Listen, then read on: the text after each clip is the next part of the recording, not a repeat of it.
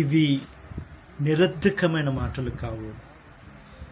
మీకు జీవమును మీరు వాగ్దానముగా పొందబోతున్న వాగ్దాన దేశంలో దీర్ఘాయుష్వంతులవుటకు కారణము ఈ మాటలే అని ద్వితీయోపదేశకాండం 32వ అధ్యాయము 47వ వచనంలో తెలియజేస్తుంది.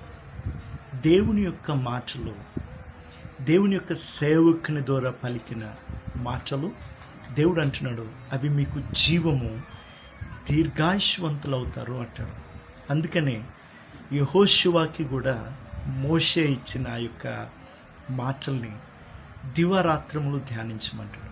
దేవుని యొక్క మాటలు మనకు జీవమును, దీర్ఘాయుష్వంతులు అవుటకు సామర్థ్యతనిస్తుంది. కాబట్టి మనం ఎన్నడూ కూడా దేవుని యొక్క మాటని తలపోసుకోవాలి, ధ్యానించాలి, ధ్యాస ఉంచాలి. God bless.